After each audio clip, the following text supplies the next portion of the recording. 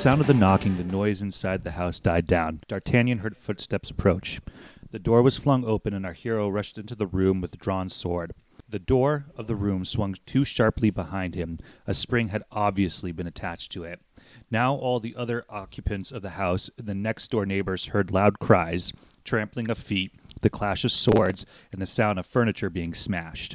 Some of the neighbors, alarmed by the noise, had put their heads out of their windows to find out what was going on. They now saw the door reopen and 4 men dressed in black appear in the street, not walking in a dignified manner, but rather flapping their way out like startled crows with torn and ruffled plumage, having left whole handfuls of their feathers, in other words, bits of torn coats and edgings of cloaks, on the floors and tables inside the house. D'Artagnan had not had a very hard fight, we must confess, for only one of the police officers was armed, and he had only put up a show of fighting. The others had tried to fell the young man with chairs, stools, and chinaware, but the Gascon had given them a scratch or two with his sword, which had effectively subdued them. After 10 minutes' time of combat, the whole bunch had scuttled off, and D'Artagnan had remained victorious on the battlefield. The neighbors had opened their windows, watched the affray, with the indifference common to Parisians of that date, who were accustomed to constant street brawls and riots. When they saw the 4 men in black leave the house, they closed their windows again. Their instincts told them that the trouble was over for the time being. That was from the Three Musketeers, Chapter 10, in the Penguin Classics edition that I have. Hello, and welcome back to the library. And before we get lost amongst the stacks, I want to introduce our guest, or guests even this week. First, my brother, who has now asked from the last podcast to be referred to as the White Rhino. Oh, no, you're keeping it up. I was a joke. It's your request. Yeah, it's like your wish is my demand, or whatever. That's not how that phrase goes. Also, Command. I know. A long-awaited guest may also join us. It's going to be our mother, who is currently holding her granddaughter, my daughter. Can you say hi into the microphone, Mom? Hi to the microphone. There you go. It is a gag on the show that everybody gets a nickname, but I actually just didn't feel comfortable giving you a nickname. You could just call her Babcia. So I'm all ears, Babcia. So to begin, I wanted to point out the version of the book I read, because this has been a while since we've done a book podcast. Specifically, we've been doing a lot of authors and some libraries here and there. But the version I read is the Penguin Classes edition. The specific translation was from 1952, though the copy I have was printed 30 years later. It should all be the same, though. The translator was just known as Lord Sudley, and that's all it says. I could have done more research on figuring out who Lord Sudley was, because I'm assuming that he was an actual lord and that's not his name. But honestly, if you are arrogant enough to just be named Lord and like Lord Sudley and not give yourself a first name, I'll respect the amount of credit you wanted for posterity. That's not even his last name. No, it's not. It's just Lord of Sudley. Yeah, but he just referred to himself as Lord Sudley, not even like the Duc de Orleans. Just Lord Sudley. Yeah. So there you go. English conventions and how they name themselves is pretty ridiculous. Yep. This isn't a dig on his work and effort, obviously. He did a decent job. This is a dig on royalty. I want to acknowledge the other sources before we move on, which were mostly historical context found on the Three Musketeers website, some historical references found here and there online that were taken just to prove that these were accurate, because some of Lord Sudley's dates were sus. From other translations of the book on Project Gutenberg and some Wikipedia articles just to get that all wrapped up. So, Jacek, have you read the Three Musketeers? Are you any familiar with it? Yeah, a while ago I read the Victor Hugo. I don't remember what specific translation, but yeah. This is Alexander Dumas. Alexander Dumas. Victor Hugo was... Les Miserables. Les Mis and Hunchback, yeah. Yep, exactly. Mom, how about you? You probably read it in French, I would assume. No, I read it in Polish translation. I mean, so the Three Musketeers was originally published in 1844, right? Which is arguably the biggest year of Alexander Dumas the Elder's life, as we spoke about during our podcast a couple episodes ago. It was also the year he published the other major work he's most known for, which is The Count of Monte Cristo. Both were published as serial stories in Paris newspapers. The Three Musketeers was published in a paper called Le Siècle, and The Count of Monte Cristo is Le Journal des Débats. It's going to be a butchering of French, Mom. The serial publication was very common at the time all throughout the world, not just France. A good comparison to this would be how popular TV shows were broadcasted more before streaming services were widely available, but imagine having a subscription to HBO before they changed their name to HBO Go, Max, or whatever atrocity is right now. Back in the 2000s, and everybody huddled around the TV at the specific time the new Sopranos episode dropped. There are definitely shows that come out weekly to this day. The heyday of serial novels occurred in the 19th century while slowly dying out in the 20th century. But, just some important facts about serial publication. Though we will talk specifically about the content of The Three Musketeers today, it is difficult to separate both of this novel and The Count of Monte Cristo early on in this episode, because these two really did bring him, our author, Alexander Dumas, to the highest form of celebrity possible at the time. Within a few months of the publication, The Count of Monte Cristo was translated into 10 languages already, which is incredibly impressive thinking about how publication worked back in the day. There would be long lines whenever the journal was sold, similar to how long lines were at movie theaters to get tickets to things like Lord of the Rings, or we discussed in the prior episode, the publications of the last Harry Potter books, right? As for The Three Musketeers, A. Craig Bell, an early biographer of Dumas, states that this novel is, quote, an unsurpassed tale of adventure. It struck a new noted formulaic technique. The pattern of Sir Walter Scott, and just adding this in for context, the biographer is referring to as the author of the book Ivanhoe, which was published in 1819. The pattern of Sir Walter Scott, with its laboring of details, its archaic phraseology, was thrown to the winds. Here the background and atmosphere, instead of being carefully fabricated in the course of several tedious chapters, and the characters set in motion against it, are developed side by side with the action, and achieved so subtly that some critics are still unable to see it at all and proclaim that there's no background in Dumas. And after reading it, claiming there's no background is inaccurate if you're reading Dumas. Simple as that. Though we are going to get into a lot of heady background yada yada yadas towards the end of this podcast. Any questions so far? Crickets. When comparing these two novels, The Count of Monte Cristo has some detailed based on history or places such as the island Dumas's great uncle used to, the part of the island that Dumas's great uncle used to send his goods to avoid the British blockade, as we stated in the previous episode, but is also mostly a work of pure fantasy. The Three Musketeers, however, has a very large historical basis to it, even though it's historically inaccurate, and there's more to it than you're going to expect why it's historical. Trust me. If it wasn't for the fact of when it was written and published, this would be considered a work of historical fiction, and still can kind of arguably be, but I'm going to say later why I don't think it can be, rather than romantic literature. But as we stated in the previous episode, again, romantic literature bases a lot of its work in historical events, creating a fantasy that makes the reader feel good about themselves. In fact, Dumas based this book so much on history that he based it on a work while they were researching the novel. Now quoting Lord Sudley, no other name provided, in the introduction of my version of the novel, quote, in the course of their researches and perusals of the memoirs and chroniques of the period, Dumas and Maquet stumbled on the Memoirs de D'Artagnan by Gatien de Courtlis de Sandres, a late 17th century historical novelist, in which they found the outline of the entire story of D'Artagnan, the names of the musketeers, and the first part of the episode of Milady. This first volume of this work was the main source and inspiration of the Three Musketeers. Being a cunning literary plunderer, Dumas slyly admits in his preface to having used this work as a basis for the first half of the novel, though he does not mention the author and pretends to believe that it is a bona fide book of memoirs. Unquote. See what he did there? Yeah, he turned turned a fictional story into nonfiction, basically. Yeah, and he just so we mentioned in the last episode that at one point Victor Hugo accused Alexandre Dumas of plagiarism.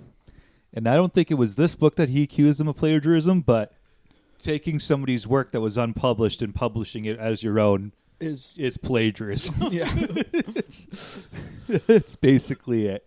I mean, it is cunning. It's Yeah. Nobody else would have found out about it at the time, and in fact, they didn't until the mid to 20th century. Then nobody knew about this. So, I mentioned a person. Okay, so a few things here in that quote. Right, there was somebody with the surname Marquet, and we will touch towards the end of this episode. Marquis, excuse me. It's Marquet. Mom, you have to talk into the microphone and not whisper in order for somebody to hear it. Okay. She's holding a baby right now. That's true. And also, I actually will talk about Marquis right now because I forgot to add him later on the episode. He also accused Alexandre Dumas of not writing the book, and it was all of his work that he did, all of it. That's been proven inaccurate. Dumas was able to prove that he actually was the one who wrote, but Marquis was also somebody who would do a lot of research with Alexandre Dumas. It was just when he got famous and rich and bought his Palace de Monte Cristo, whatever it was called, he probably got a little jealous, right? Chateau de Monte Cristo. Chateau de Monte. Thanks for that memory. Yeah. It's just so ridiculous of a name, Chateau. It'd be like Dan Brown calling his house like Mansion Da Vinci Code or something. Angels and Demons. Angels and Demons Way. Home. Yeah. Yeah. Also, the name D'Artagnan, who's the main character in the book, we'll get a further explanation, right? This quote revealed to me how Dumas could write so many extensive novels in such a short period. He had aides helping him. He did extensive research and had access to this work, which was only limited to a few people because he lived by the rule that good artists copy, great artists steal, especially since Dumas knew that no other person would be able to find this work, regardless of how good of a researcher he was, because he basically had the access to the only copy. In fact, the Memoir d'Artagnan was not the only source of inspiration to the book, but reading which parts of the book it directly, well, I will use the word inspire instead of stolen, is truly extensive. All these works we will discuss were discovered in the Bibliothèque Nationale in Paris. Or is it Paris? Asking my mom. Okay, she's nodding her head. I won't get into the details because it gives up a lot of the plot. One of the major changes Dumas did have at the time was change the date of when the novel actually took place. As Courtil's narrative took 16 years later than Dumas's with greater accuracy to the date. Excuse me, Dumas was 16 years later than Courtil's. The other resources Dumas used to write the Three Musketeers include another fiction book by Courtil's called The Memoirs de Madame le Comte de Rochefort, which he took some details about the concept of milady and the name Rochefort partially. The real memoir so there was actually a real memoirs. This wasn't fake that Courtil's did. Was the real memoirs of Laporte and those of Madame de Motteville, which describes the Duke of Buckingham's obsession with Queen Anne of Austria, the kings of France, so King Louis XIII's wife, which is the father of Louis XIV, who is going to be a major player in the Three Musketeers. Do you have anything you want to add about the Louis XIII yet, Jacek? Because we will talk about Anne of Austria and the 14th later. Yeah, I mean, I wouldn't say he's a nothing king, but he was kind of a placeholder for a certain somebody, not a certain somebody, but it's called, he was basically handed all his powers to this bishop that you're going to be talking about, or Cardinal Richelieu. Yep. Richelieu's going to come up very shortly. So there are also another set of real memoirs of Le Rochefort and the Comte Mom, you need to talk into the microphone. She refuses. She refuses to talk. It doesn't help that you're whispering underneath your breath and I can hear it. I'm going to just stick a microphone in your face next time. The real memoirs of La Rochefoucauld. Okay, thank you. And Comet de Brienne, or Brienne of Tarth, further detailing Buckingham's and the Queen of France's relationship. And Volume 1 of Chroniques de l'Éole de Bouffe by Tichard Lefosse, which claims true accounts of what happened in the court of the French king, who is Louis XIII, which we just talked about earlier. What this showed was that, honestly, Alexandre Dumas was brilliant at taking different sources and creating a functional, complete narrative. In fact, The Three Musketeers is only the first book of a trilogy of the D'Artagnan romances. The other two books are called 20 Years After in English, set, surprisingly, 20 years after the ending of The Three Musketeers, and the Bic Tome of Bragelonne, 10 years later. it's actually hard. Bictome of Bragelonne. Bragelonne? Picton of Bragelonne. I think it is important to know that it's not just romances in those books. These were a lot of political situations that were described in the book. So it's very important. It was like a political romance. That 30-year gap in time can easily be done because D'Artagnan was only 18-year-old when the first book, The Three Musketeers, begins. So pretty sensible, right? Before we get into any of the real characters, I think the main question on everyone's minds were like, who actually were the Musketeers, right? Who were Musketeers? Now, I just typed who were the Musketeers on my search engine, and one of the first things that popped up was a Reddit post because, of course it was. That's just how search engines work these days on our Ask Historians. I say that not as a joke, but because the, AI uses all open source. But yeah, Reddit is a large open source bit of information. That's why AI hallucinates all the time because let's leave it as it's not everything on Reddit is super serious, right?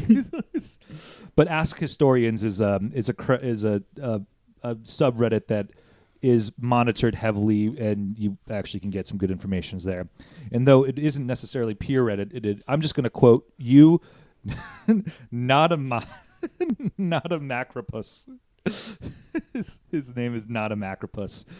His response here, and later reference it, because this is the level of research I do at times. Quote, the Musketeers of the Guard were originally founded by Louis XIII in 1622 when he equipped a company of primarily light lancers with the new muskets available. They served as royal guards, so their main responsibility was the protection of the king as part of the king's household army. The name Musketeers is a bit confusing since it traditionally refers to musket-wielding infantry, and the Musketeers of the Guard were a mounted regiment, so actually more like dragoons. Later he writes, every member of the Musketeers had to dress and equip themselves with their own expense, including horse and sword, since the king only provided the muskets. He also notes that Musketeers were recruited solely from nobility and that they would be disbanded and reinstituted off and on again, and officially they wouldn't end until December 31st, 1815. Richelieu actually tried to disband them at one point, but because they were part of the nobility, he really didn't have a leg to stand on to be able to do that. It was basically... Well, yeah. He kind of succeeded at times, but kind of didn't. Yeah. Well, yeah. I mean, having an armed group of nobles surrounding the king doesn't sound like a great idea when you're, the power behind the power behind the throne. They can kind of usurp you pretty easily. I get why someone like Richelieu would be like, let's get rid of these guys. I mean, it's happened before where those armed guys have taken over plenty of times in history. So we have now gotten some of the historical context. Let's get into the characters and who they were, if they are based on fact or fiction, and why it is important to discuss them in relation to when Dumas was writing the novel and a lot of their historical context. First, we need to talk about the main character, Charles de Batz de Castlemore d'Artagnan, or Count D'Artagnan, or just D'Artagnan as we'll refer to him as, because, believe it or not, this was a real person. The real D'Artagnan was born around 1611 or 12, and some of these dates are best guesstimates. He was born at Castlemore, near Lupiac, in Gascony, which is in the southwest of modern-day France, in the Basque Country. Basically, all the Musketeers are from the Basque Country. All of them originate from either Gascon or somewhere near there. The real-life D'Artagnan became a king's musketeer around 1633 and served under a man named Mazarin, who we will talk about later, and King Louis XIV. He was, by the accounts I found, a brave soldier and musketeer that was given difficult missions and was awarded rewards for these missions. For example, he was assigned the post of captain of the king's little deer hunting dogs. That was the direct translation, which I assumed and did not even bother to look up because this was just a little silly. He took care of the hunting dogs, the little deer ones, and was probably close to the king because of it. Even though it's funnier to think he was a king of the hunting dogs, the Wemperor of Wolves, the Baron of Barks, the honorary howler, the goodest of the boys. I can keep going. I won't. In 1667, he was promoted to captain lieutenant of the Musketeers, which was the effective commander of them, which is a real title. The real-life D'Artagnan died in 1672 during the siege of Maastricht. Yeah, that's German. It's Dutch. yeah, which is messed up German, basically. Yeah. It was during the Franco-Dutch War, specifically during the 30 Years' War, yeah. But that really isn't important to our story, but just important if you read the trilogy. In the Three Musketeers, D'Artagnan is the young, hot-headed buck who has something to prove. He wants to make a name for himself and has this skewed an unfounded sense of honor because though he comes from some kind of petty noble stock, his father doesn't have a lot of money to give him. Okay, we're talking about the fictionalized D'Artagnan, right?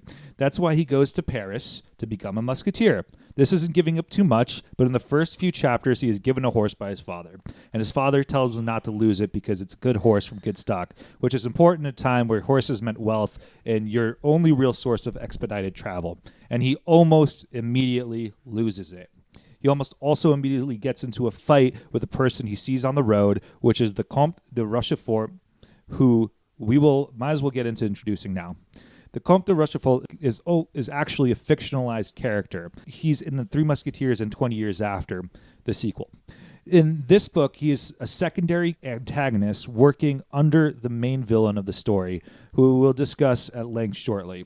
He is often referred to as the man from Mons, which is a city basically just north of the center of France. And he is a middle-aged man in the book, around 40 to 45, though this might be considered old age for the 17th century, to be fair. De Rochefort's first action, as I mentioned, is to insult D'Artagnan, kick his young ass, and steal a letter of recommendation from his jacket. The letter will be important, and this grudge is something the young future musketeer will hold on Comte de Rochefort as a grudge for basically the entirety of the book. And there will be moments in the book where you feel like nothing is happening, and all of a sudden these two interact in, well, shenanigans. Any questions before I move on? No, I'm just going to point out that there was a movie in 2015 where Orlando Bloom and I don't remember his name, and there's someone's going to yell at me, but the main character of D'Artagnan. But yeah, no, they actually point out this scene in the movie. After this, it becomes ridiculous and fun, but not if you have nothing to do, you can go ahead and watch it. Orlando Bloom plays the Lord of Buckingham. Yeah. Yeah, it's ridiculous. Is his twirly mustache. Yeah. Also, side note, I know it sounds weird that somebody's carrying a physical letter of recommendation, but before things were like widespread international news or photography, and before the internet, one had to actually prove who they were and that they were reputable in some way. Otherwise, you could just say some schmuck from the street claiming, like, for instance, that you're a young noble who has been trained in fighting and should have a spot with the Musketeers. Letters of recommendation, at least in the way that they were used in this case, have been long out of fashion and lost their purpose, but they have been carried by many important figures. And to put in the Lost in the Library canon, our second ever episode's main protagonist, right, Major Archibald Butt, was carrying letters of recommendation from President Taft when he went to meet the Pope and all of Italy's major political figures when he was over there. So it was at least used until the late 1800s, early 1900s. You want to add anything, Mom? I don't know if it's in a chronological order, but Jacek mentioned the 2015 film. The most famous Four Musketeers are from 1974 with Michael York, with Richard Chamberlain. That was the real Four Musketeers. There you go. I love that you're using the word Four Musketeers. I mean, we're going to get there right now because D'Artagnan enters Paris, and though he does not immediately become a musketeer, he almost immediately befriends the three most elite musketeers of their age, Athos, Porthos, and Aramis. I thought these names were all noms de guerre, or names one takes while engaging in combat, but it turns out the names are either identical or changed slightly to real-life characters, real-life people to make them cooler. And here's where I will note that there are, in fact, like my mother said, more than three musketeers. There are actually four, because D'Artagnan becomes very, very close friends with them. Nor did the Three Musketeers actually call themselves that. They refer to themselves in English as the Three Inseparables, and in French, which doesn't have the same ring to it, really. This comes from a French scholar, Jeanette de Jarrogon, when studying D'Artagnan and the Three Musketeer histories. So, let's start with Athos, who is based on Armand de Siligu, Seigneur de Athos, and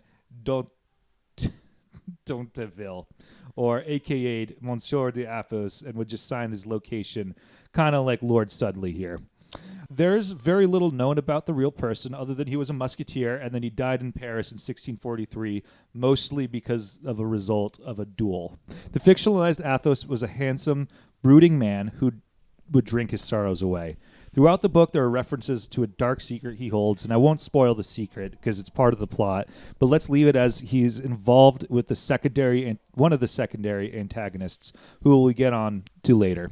The second musketeer we'll chat about is Porthos. He was based on Isaac de Porto, who was born in Pau, which is also the southwest part of modern France and historically in the Basque Country. He served in the King's Guard at the very minimum between 1640 and 1642, and could have been earlier than that. And by deduction, that means he couldn't have been a musketeer until 1643 and onward. In the original Memoir de D'Artagnan, Porthos had a beautiful mistress who was a fine lady, which, again, Dumas takes this directly from the book. There is no other mention of Porto in any of the annals of history, however. So he's, 30 years older than D'Artagnan, something like that? Not older, younger? Yeah, Porthos is older, but like the books of the ages aren't necessarily the same in real life. Yeah, they're okay. Every musketeer is older than D'Artagnan. Yeah, but I was just thinking chronologically that, yeah, he would have been younger than the actual main character, who's supposed to be older. Well, the Three Musketeers had much more experience in the battlefield when they met D'Artagnan. Porthos in the books is the fun musketeer who is slightly gullible, down to have a good time, can eat so much that it actually impresses King Louis XIV, likes wine, women, and red grenadine, which two of the three of the last thing I just said, and I'll let the listeners decide which of the three which of those needs to be substituted with the word music.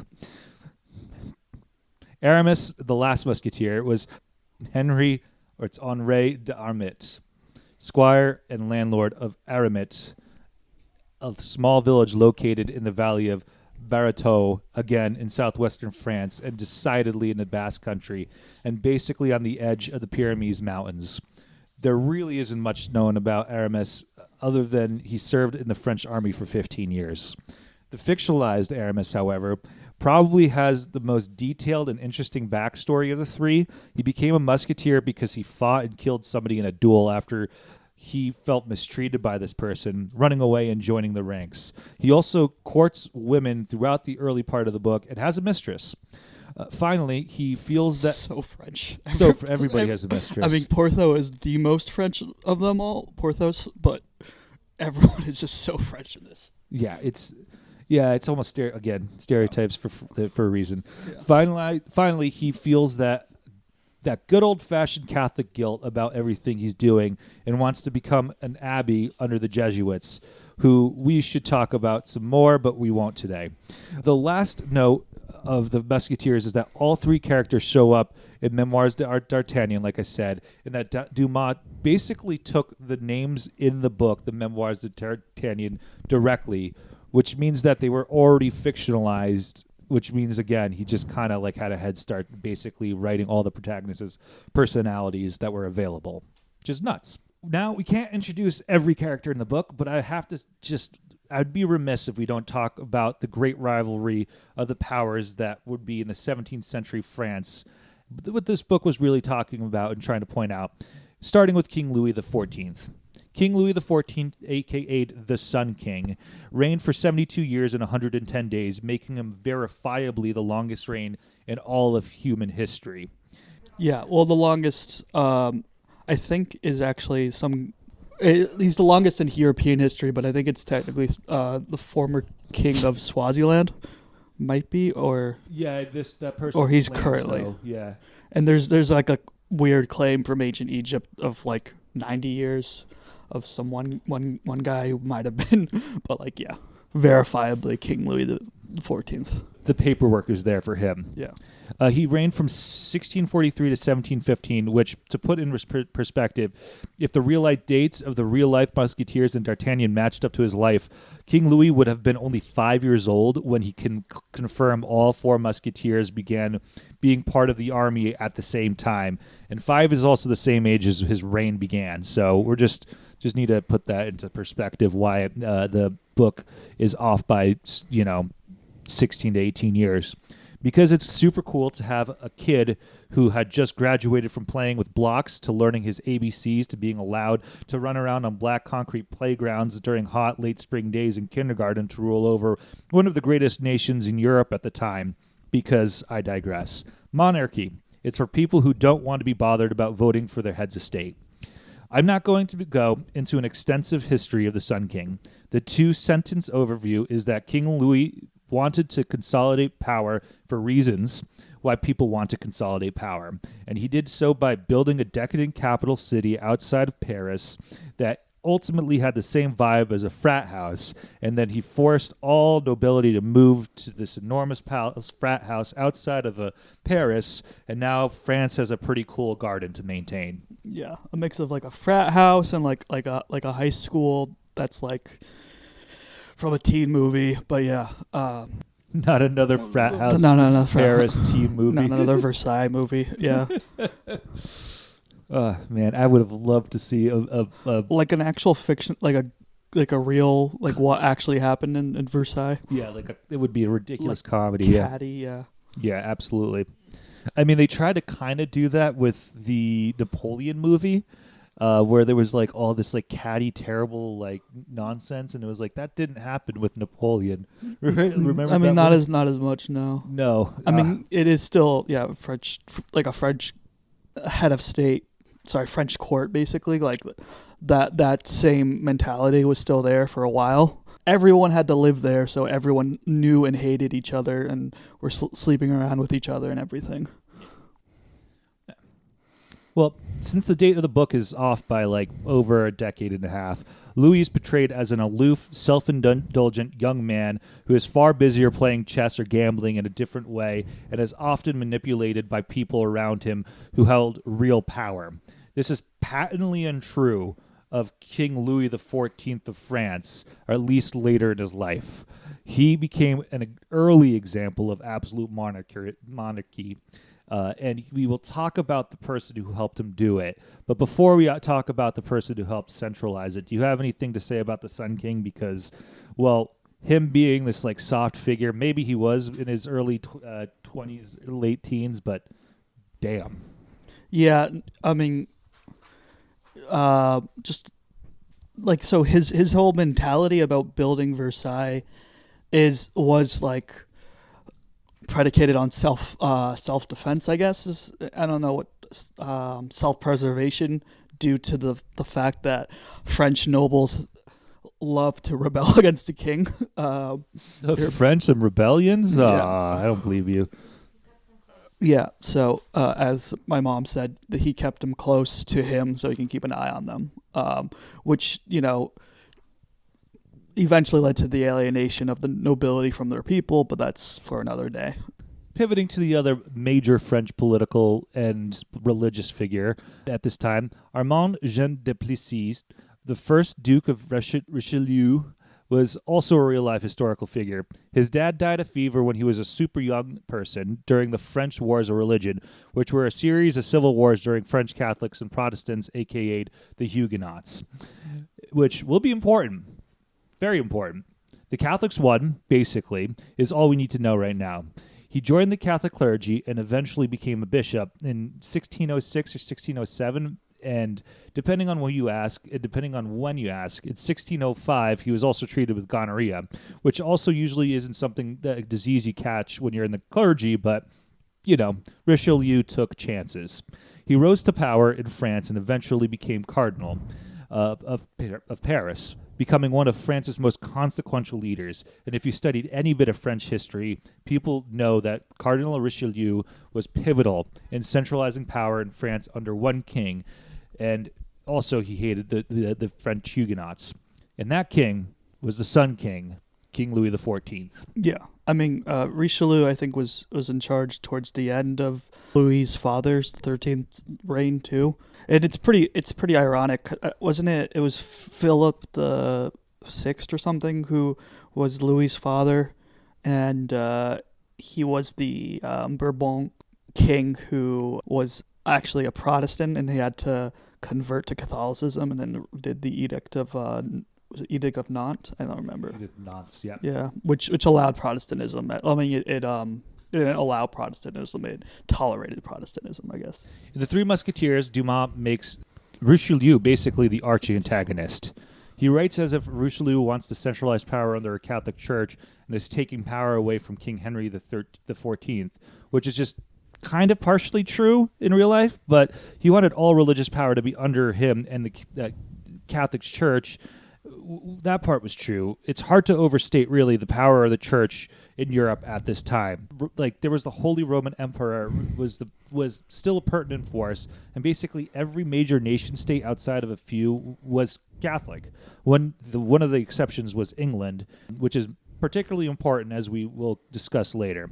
We are talking about the French-English rivalry here, by the way, speaking of rivalry, and I'm sure that the king and his clergymen had their differences, but to say that King Louis XIV and Richelieu were arch rivals in real life is inaccurate, to put it that way, right? Yeah, no, they were apart. Saying anything else, I mean, I think he fell out of favor eventually, but that always, especially if you're an old man at the time of a child's ascendancy, you tend to run out of favor. And I do have a correction. It was Henry the Fourth that is Louis XIII's father, who did the Edict of Nantes. Yeah, so we do have to suspend reality when you're reading French Romanticism, and let's not have facts get in the way of a good story, right? Alexandre Dumas, after all, was the son of somebody who fought in the French Revolution and lived in France at a time when the church's influence had descended drastically. It's not difficult to imagine why he wanted to cast the cardinal as a villain. One of Cardinal Richelieu's villainous acts was often to hire women as spies and spooks to commit subterfuge against the Musketeers and other people. He effectively created the 17th century version of honeypotting. This is important because we need to talk about Milady de Winter, who is a spy of the Cardinals and also the person I mentioned who was linked to Athos. She's a fictional character from every bit of research I could find. She is predictably cunning against men who seem to not know how to control themselves around a beautiful lady. She's a real pretty lady.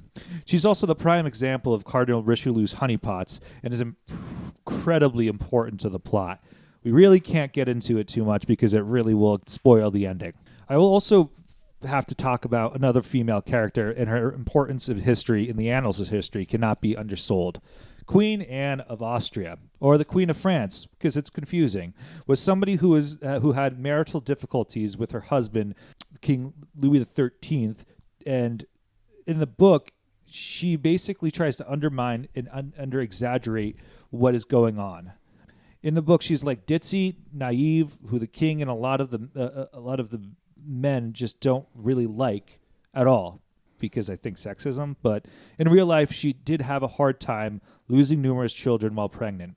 The craziest part of her isn't that she was even born in Austria. She was born in Valladolid, Spain. Well, because the Austrian Empire was very large at the time. It included Spain, and it included the Netherlands. So France was really surrounded by the Austrian Empire. So that's very important to know that they were fighting on two fronts, against England and against the so-called Roman Empire. She was a Habsburg, after all. Yeah. She was a Spanish. I mean, even back then, the French hated the Habs. I mean, I don't know if they hate them now because they kind of are just weird guys with model planes, but One of them is a Formula One driver. of course he is. I mean, because you have to be a billionaire to be a Formula One driver, basically. But yeah, he's like the cool one. He just kind of like races fast cars for a living. He doesn't care. For like 200 years, that the French absolutely hated anything Austrian. There is also one digression, that the power of women, and at the Louis XIV court, he had his wife, but he has a couple of mistresses that play a very important role at the court. Yep. So maybe my lady, or me lady as they call her, was the character that derived really from one of those mistresses. I'm not going to get too much into the Habsburgs. They're an exhausted group of inbred people, and I have pretty much been vocal about my dislike of monarchs. Let's just leave it as it was. I have some sympathy for somebody who, like spelled out in this book, is basically traded off in exchange for peace because that's how things they were, marriage for peace back in the royals back in the day, and is immediately hated by her nation forever. This wasn't the first time it happened, particularly in France. It famously or infamously won't be the last. See what I did there, Jacek? Yeah, you did a thing. It's Marie Antoinette. It's a Marie Antoinette. I did a Marie Antoinette. Yeah, that's Marie Antoinette. Off with her head. Still one of the most badass introductions to any Olympics I've ever seen. Hire a metal band. Even more controversial than the Olympics in Moscow. Yeah, and those were bought off. That was so great.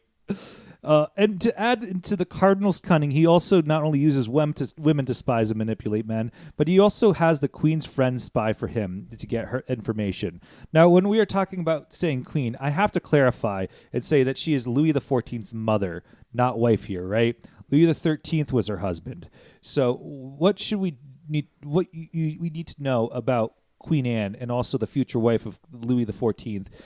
I just won't bother naming her, honestly, for the fact that we've talked about a lot of people, is that they both were married off to French kings by their Spanish fathers, who were also kings of the Spanish Empire, which, like my mom said, included the Western Iberian Peninsula, the modern-day Low Countries of Netherlands and parts of Belgium, northern Italy, it's southern Italy, and Austria.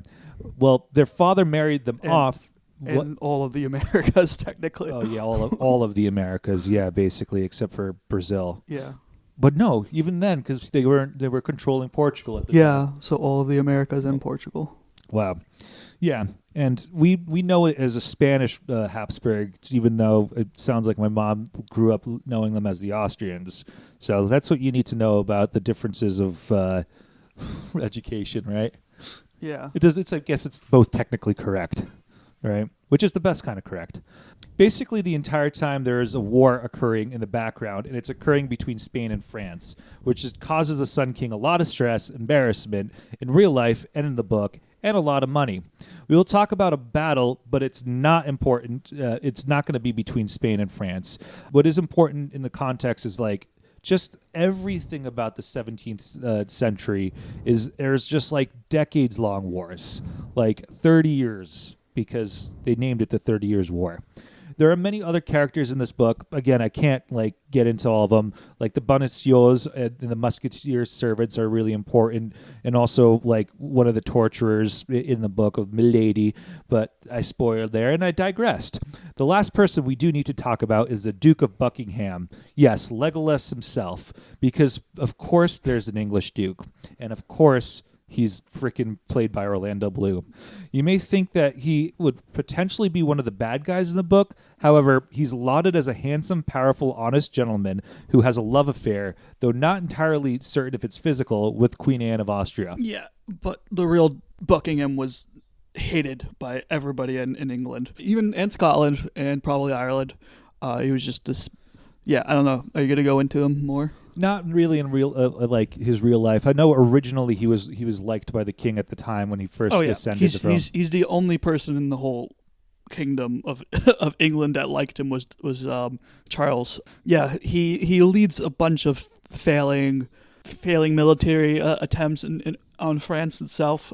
I think to try to take a few cities, and is known for his corruption in court. He was just this prototypical fail son who was able to rise his way to the Charles I's favor. They were bros. Failing upwards. Yeah, that's basically what it is. Mm-hmm. To pivot hard, we're now going to talk about one of the famous battles that occurs at the time and a major plot point in the book.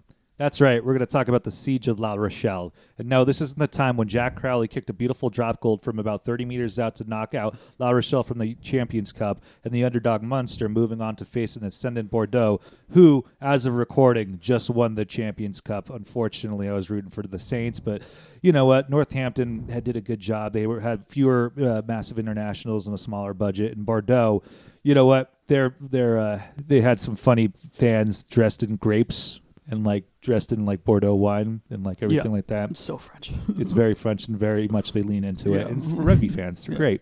La Rochelle, at this time, was a Huguenot stronghold. In fact, the regions where the Musketeers originate, the southwest of France, or the Gascon region, also was a stronghold. In fact, we know this as the Basque region today, which is great. It's great for rugby. La Rochelle is directly on the western side of modern-day borders, and if you were to ask a rugby union player from France, they'd claim La Rochelle is as north could get, until you get to Brittany, because that's no longer France. That's where Vans plays in the top 14, and though they might face relegation soon, we are digressing for me to talk about rugby because let's go Vans. Their supporters are freaking awesome. Also, speaking of the Celtic heritage, because even though the northwest of France now speaks French for the most part, their heritage is far more connected to Wales, Scotland, and Ireland than you can imagine. Here's a fun quote about the book about Gascons that came from D'Artagnan. We say we're proud as Gascons. Gascons are the Scotsmen of France, which, when I read that, I giggled. Like, okay. I guess what he's trying to say is like they're like a noble fighting culture and also like, I don't know. Now, we already mentioned the Huguenots a bunch of times, but it's important to explain who they were. They were French Protestants who primarily followed the teachings of John Calvin, not to the T, but to be reductive, John Calvin was a super weird dude. Because freedom of religion was not at all an inalienable right in Europe, pretty much still isn't, hence why these types of puritanical Protestants moved to the United States not long after these events take place. They were not given the same rights of religious freedom as the Catholic majority in the nation. Decades of Huguenot pressure to be allowed to openly practice their religion and decades of suspicion by the Catholics in the neighborhoods led to something called the Vassy Massacre, where Catholics murdered the Huguenot worshippers during a service, and the first French wars of religion began. We already talked about the Edict of Nantes giving them some freedom of religion and some rights, but it wasn't equal, and that's important. Because 100 years later, when this novel is taking place, we ended up with the Siege of La Rochelle, which is a major plot point. Again, I won't go into the details of what happened too much because it would be spoilers of the book, but I will say Dumas took some creative liberties. There's a reason why the French Romanticism isn't put in the same category as historical fiction, rather just fiction inspired by historical events. Yada, yada, yada-ing the whole real-life event. La Rochelle was a Huguenot strong point. Just refreshing your memory on that. The spread of Catholicism was a critical part of centralization of King Louis XIV and Cardinal Richelieu.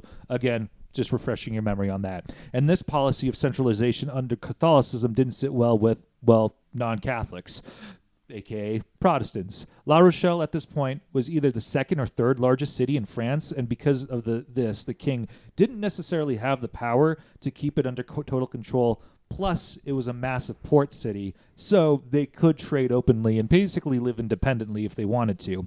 The Duke of Buckingham, at one point, was sent by the English king to encourage a major rebellion in La Rochelle.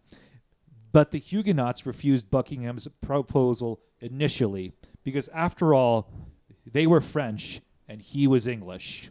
It took years to amass, but the French army finally put the city under siege, and the Huguenots finally tried to take up the English offer.